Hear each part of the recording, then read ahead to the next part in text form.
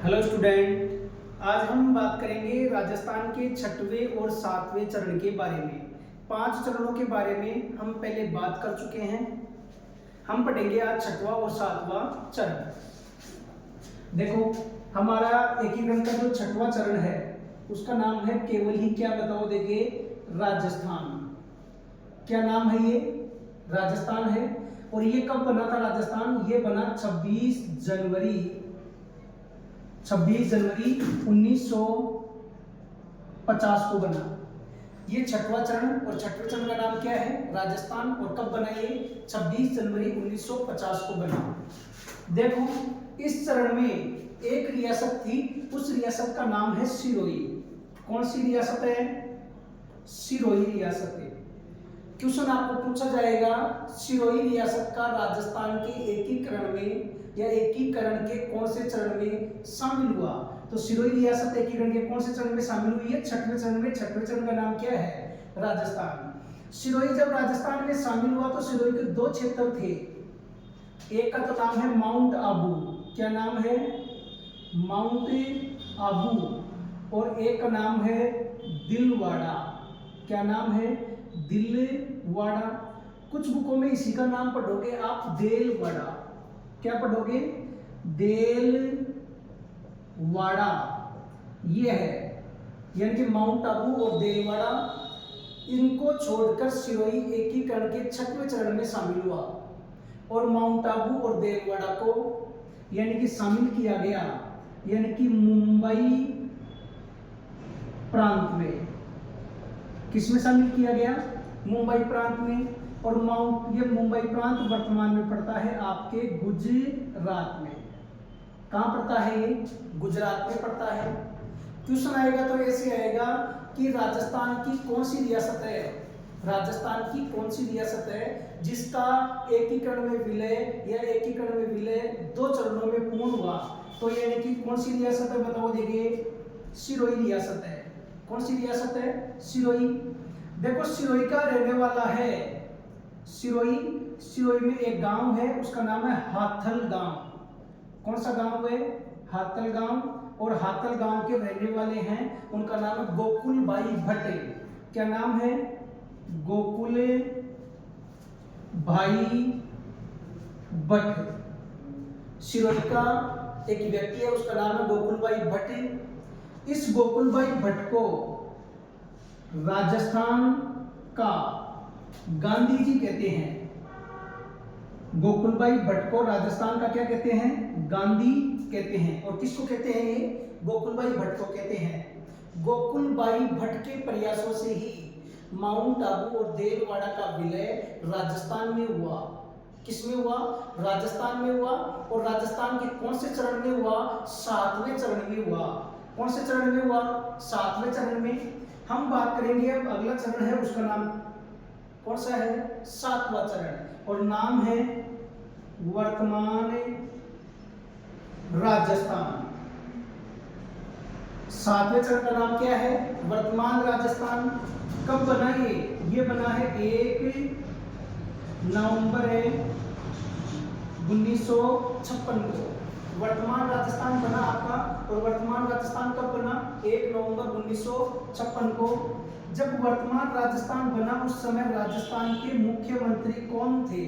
उस समय मुख्यमंत्री की बात करें तो मुख्यमंत्री था मोहनलाल सुखाड़िया। कौन था बताओ देंगे? मोहनलाल सुखाड़िया। मुख्यमंत्री कौन था बताओ देंगे? मोहनलाल सुखाड़िया। और वर्तमान राजस्थान में कहने का मतलब 7वें चरण में एक आयोग का गठन किया गया, और उस आयोग का नाम था राज्य पुनर्गठन आयोग। क्या नाम था बताओ देंगे? राज्य पुनर्गठन आयोग। कौन सा आयोग था बताओ देंगे? राज्य पुनर्गठन आयोग। इस राज्य पुनर्गठन आयोग की स्थापना पूछे तो आपको बताना है 1956 में। राज्य पुनर्गठन आयोग, और इसकी स्थापना हुई है 1956 में हुई है। यह 3 सदस्यीय आयोग था। इस आयोग में कितने सदस्य थे? 3 सदस्य थे। अगर हम बात करें इस आयोग के अध्यक्ष की, इस आयोग का जो अध्यक्ष बनाया गया उसका नाम था हृदयनाथ कंजरू। क्या नाम था? हृदयनाथ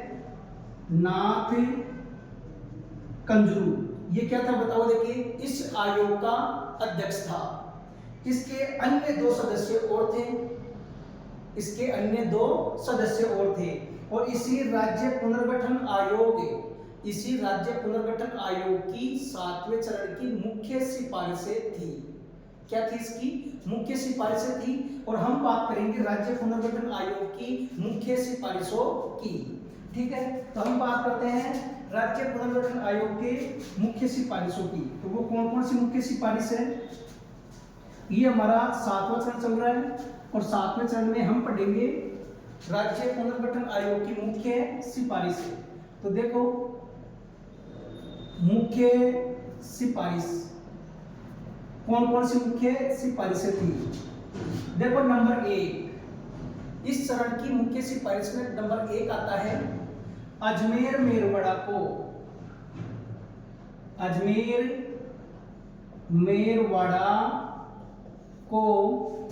राजस्थान में शामिल करो। अजमेर मेरवाड़ा को राजस्थान में क्या करो? शामिल करो। नंबर 2, यानी कि दूसरी सिफारिश, अजमेर को राजस्थान का 26वां जिला बनाओ। अजमेर को राजस्थान का कौन सा जिला बनाओ? 26वां जिला बनाओ। नंबर 3, मुख्य सिफारिश है राज प्रमुख के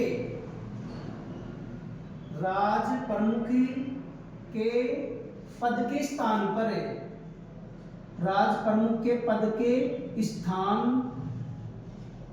पर राज्यपाल का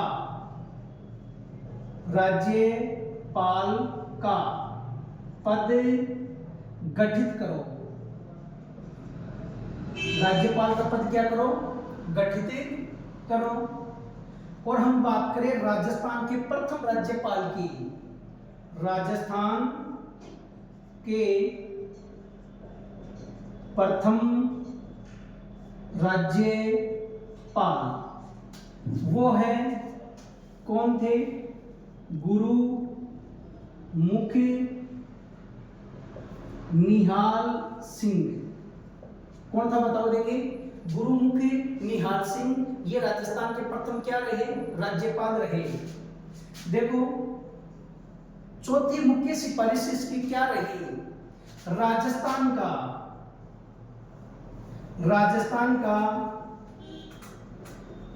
सिरोज क्षेत्र को मध्य प्रदेश में शामिल करो। राजस्थान के सिरोज क्षेत्र को तो मध्य प्रदेश में शामिल करो और मध्य प्रदेश के सुनेल टप्पा को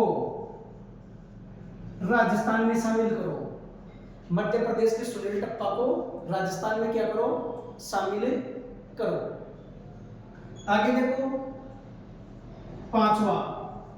पांचवी मुख्य सिफारिश क्या है इसकी? अजमेर, पहले तो क्या है बताओ? देखिए, अजमेर मेरवाड़ा को राजस्थान में शामिल करो। दूसरी क्या है? अजमेर को राजस्थान का 26वां जिला बनाओ। और तीसरी, राज प्रमुख के पद के स्थान पर राज्यपाल का पद क्या करो? गठित करो। और राज प्रमुख के स्थान पर, यानी कि राजस्थान का प्रथम राज्यपाल रहा, उसका नाम क्या है? गुरुमुख निहाल सिंह है। और यानी जो चौथी सिफारिश है उसका वो कौन सी है?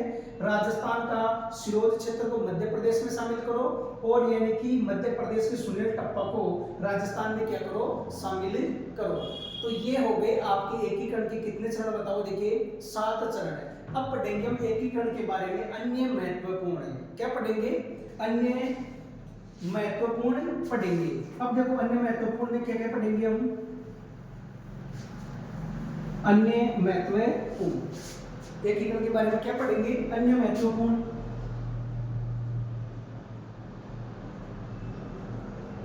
अब देखो इधर, अन्य महत्वपूर्ण में कई बार क्वेश्चन पूछा जाता है राजस्थान का एकीकरण में कितना समय लगा?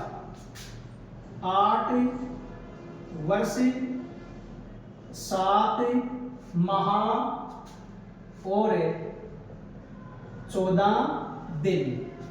एकीकरण में कितना समय लगा? 8 वर्ष 7 माह और 14 दिन लगे। आगे देखो, एकीकरण के समय राजस्थान बी श्रेणी का राज्य था। एकीकरण के समय राजस्थान बी श्रेणी का राज्य था। वह अजमेर मेरवाड़ा ये था सी श्रेणी का राज्य। एकीकरण के समय राजस्थान बी श्रेणी का, वह अजमेर मेरवाड़ा सी श्रेणी का क्या था? राज्य था।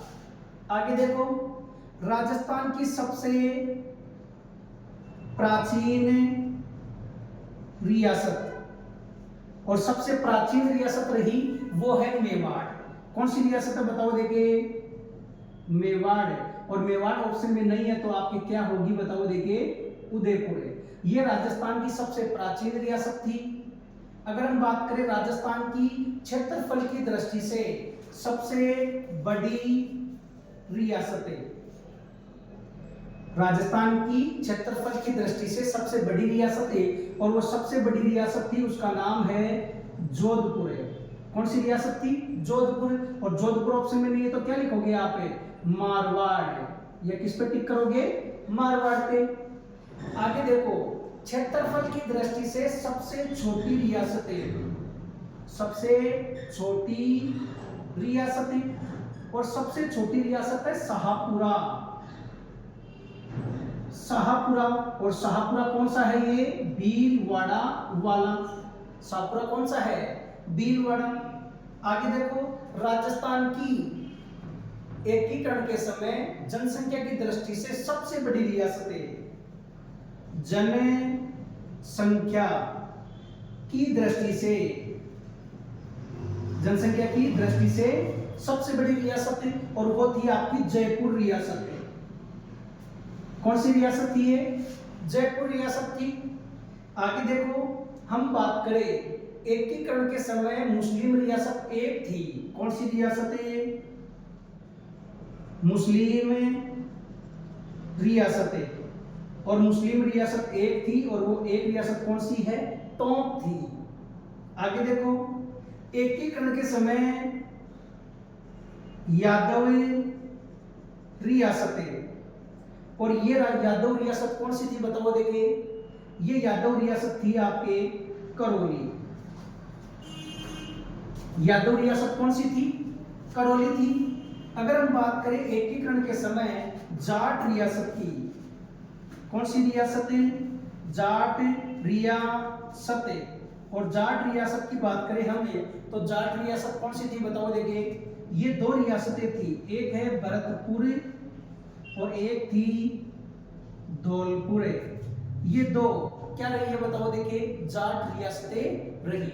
ये राजस्थान की प्रमुख लगभग क्या है बताओ देखे? रियासतें थी। और जो भी रियासतें बच गई वो राजस्थान में लगभग सभी राजपूतों की रियासतें थी। किनकी रियासतें थी? राजपूतों की रियासतें थी। और राजस्थान में सर्वाधिक राजपूत या राजपूतों की रियासत होने की वजह से राजस्थान का नाम जो मिलता है उसी का नाम मिलता है राजपूताना। क्या नाम मिलता है? राजपूताना। धन्यवाद।